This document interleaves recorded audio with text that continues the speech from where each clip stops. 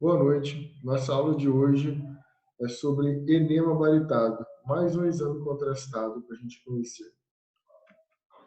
O objetivo do exame é avaliar a anatomia e o funcionamento do intestino grosso através de contraste e imagem de raio-x. Aqui, mais uma vez, a gente vai utilizar o duplo contraste, tá? Que é o contraste mais ar injetado no paciente. Como a gente falou, o objetivo é analisar a anatomia e funcionalidade do intestino grosso do paciente. A via de administração do contraste vai ser via retal, por um enema, tá bom? É um exame que exige um preparo adequado do paciente, uma conversa, uma orientação feita previamente ao exame, tá? O próprio médico já conversa com o paciente, a gente, quando for iniciar os procedimentos, também tem que falar novamente, relembrar o paciente tudo, tá bom? Para não deixar nenhuma dúvida e gerar algum constrangimento durante o exame.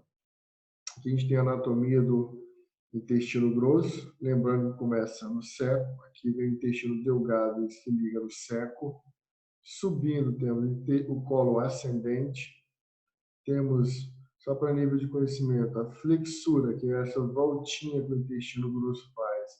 Essa do lado direito é chamada de flexura hepática. Temos o colo transverso. Já do lado esquerdo temos a flexura esplênica, que leva esse nome devido a estar perto do baço, e o baço em inglês é spleen, então acabaram colocando esse nome nessa voltinha, nessa flexura.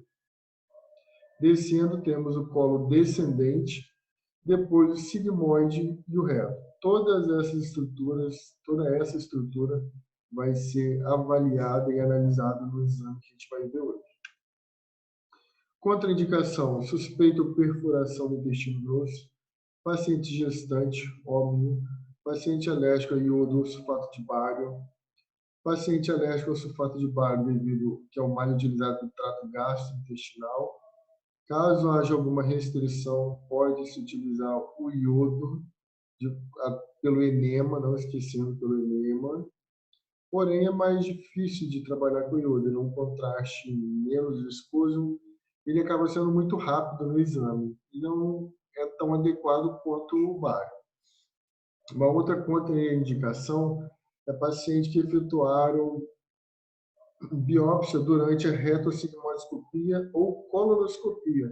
Esses dois exames são exames que avaliam por vídeo, através de uma câmera que é introduzida pelo ânus do paciente e vai avaliar, fazer uma imagem em vídeo em tempo real para o médico de como que está a parte interna do órgão. Caso o paciente tenha feito esse exame, e nesse exame é possível fazer uma biópsia de parte do intestino, retira-se pequenos pedacinhos e manda para análise. Caso ele tenha feito essa biópsia, é um grande indicativo de não fazer o exame, de estar sempre atento a isso. Cuidados: o paciente tem que tomar bastante cuidado com a alimentação, ele deve fazer um jejum adequado, que vai ser orientado, que a gente vai ver mais à frente como que é. Geralmente 48 horas antes do exame ou um pouquinho mais. Nesse preparo tem laxantes, tá? E a intenção do laxante é fazer o paciente eliminar o máximo possível de fezes, pois qualquer material que tipo ficar retido no intestino do paciente vai levar um falso resultado, como a gente já falou em todas as aulas do trato gastrointestinal. Isso é muito importante, o preparo do paciente. Os materiais utilizados: temos a sonda de Foley, que é essa sondinha aqui, no qual ela tem um balão que ela é inflado na pontinha, no qual vai deixar a sonda fixa dentro do paciente, evitar que ela fique saindo. Em alguns locais, ela é substituída, ela não é utilizada, simplesmente faz o enema no paciente por esses biquinhos, tá? Isso aqui é um adaptador que coloca na ponta de um recipiente próprio para poder injetar o paciente, injetar o contraste através do reto do paciente, por enema. O contraste no recipiente adequado, seja ele na seringa para ser injetado pela sonda, ou seja ele em um frasco que vai ser enroscado aqui nessa pontinha, e essa outra extremidade introduzida no ânus do paciente, e os demais que a gente já conhece. Essa pinça Kelly, que eu coloquei para vocês, alguns não conhecem, essa pinça, ele é utilizado para prender, geralmente aqui na sonda, pois depois o contraste ele é injetado nessa sonda, ele passa, e não tem nada que impeça dele voltar. Então, geralmente, eles pinçam essa sonda com essa pinça de Kelly. Lembrando, o contraste utilizado na maioria dos casos é o bário, e também deve-se utilizar o duplo contraste, que durante o procedimento vai ser injetado ar na sonda que já está colocada no paciente, na intenção de gerar aquela imagem que a gente viu na aula passada, com o duplo contraste. Aqui temos o exemplo de um preparo sugerido para o paciente, tá? Agora a gente pode ver um preparo bem rígido, bem com alimentação bem leve, tem hora para tudo. E o paciente ele deve seguir a risca esse preparo, pois se ele não realizar o preparo correto durante a realização do exame, o paciente tiver com material fecal no intestino, provavelmente o médico vai pedir para realizar o exame outro dia, vai cancelar o exame naquele dia e vai pedir o paciente para retornar para casa e repetir o exame. Aqui a gente tem um exemplo, tá? Lembrando que cada local, cada clínica, o médico, ele pode alterar ou ele cria um preparo para os pacientes próprios, de acordo com a demanda do local e do público que ele vai atender. Aqui a gente já parte para o posicionamento do paciente. A gente realiza várias imagens, seja ela em orto ou seja ela em decúbito. A gente começa com perfil, decúbito lateral, a cabeça apoiada no travesseiro, braço flexionado. Temos o orto, paciente em pé, temos perfil. E aqui não está tão detalhado, a gente vai ver mais detalhadamente no próximo slide. Lembrando que todo exame que a gente vai utilizar contraste, a gente precisa fazer a nossa primeira imagem piloto para checar o preparo do paciente, checar a nossa técnica, o equipamento de radiologia como está. Então, a gente realiza incidência em AP para verificar o preparo. Depois, posicionar o paciente em decúbito ventral com a mesa em Trendelenburg, que nada mais é do que inclinar a mesa, deixar os pés do paciente mais alto que a cabeça, no intuito de fazer com que o contraste fique para dentro do paciente, que ele não extravase. Depois, decúbito ventral, lembrando que essa imagem está em decúbito dorsal, porém o paciente vai ficar em decúbito ventral. Coloquei a imagem só para vocês saberem o que é Trendelenburg.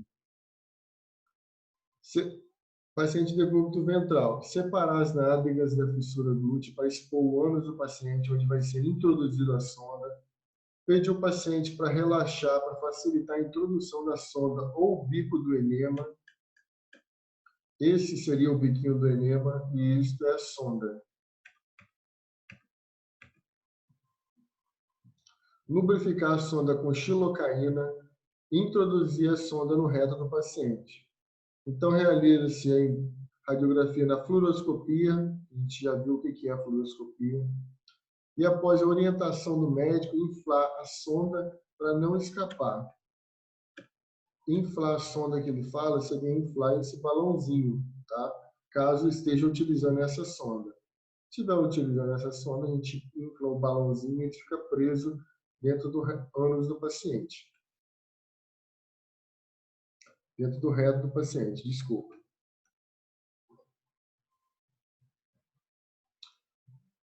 Após a orientação médica, inflar a sonda para não escapar, injetar o contraste até preencher todo o intestino grosso na posição de Trendelenburg, com a mesa em posição ortostática, tirar o excesso do contraste, injetar ar ambiente dentro do intestino grosso. Ou seja, vai se retirar o que sobrou de contraste, seja dentro da seringa, seja dentro do potezinho para fazer o enema, e vai se injetar ar ambiente para gerar o duplo contraste.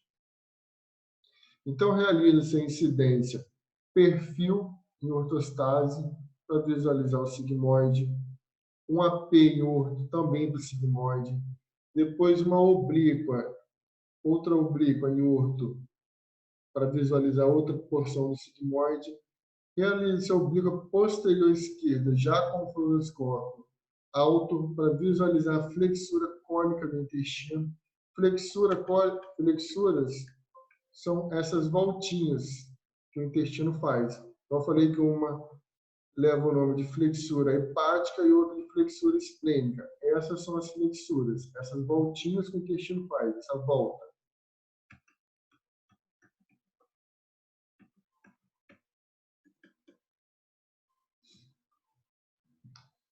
Realize o AP em decúbito dorsal ou mesmo decúbito ventral. Depois, as oblíquas posteriores em decúbito dorsal. E, para finalizar, realize incidência de perfil em decúbito lateral. Essas últimas são para ver o sigmoide, a parte final. Temos aqui a imagem da apostila de vocês, tá? Quem não tiver a apostila em PDF, só avisar que eu envio para vocês. Temos aqui a imagem da oblíqua direita, oblíqua esquerda, do decúbito ventral, angulado 30 graus caudais, oblíqua posterior esquerda, oblíqua posterior direita e o AP, em decúbito dorsal. Aqui temos a legenda de acordo com o órgão que está em questão. Essa daqui é uma imagem de fluoroscopia, que a gente tanto fala. Aqui ela foi salva de forma estática, mas como eu falei para vocês, a fluoroscopia ela já é uma imagem em tempo real. Porém, a gente tem essa opção de salvar. Esse é o único campo de visão que a gente tem na fluoroscopia, essa parte redondinha. Ele não gera para a gente uma imagem grande, igual a gente costuma ver, o tamanho do filme que a gente vai utilizar. Ele gera só essa imagem, essa pequena imagem, bem focal. Por isso, a gente tem que ter bastante destreza para movimentar o fluoroscópio durante o exame, para não perder o tempo do contraste e não se perder dentro da estrutura. Pessoal, isso, obrigado, tá? Esse exame é um exame bem simples, bem tranquilo, a anatomia também é bem simples. Qualquer dúvida, estou à disposição para vocês e fica aí uma frase de incentivo.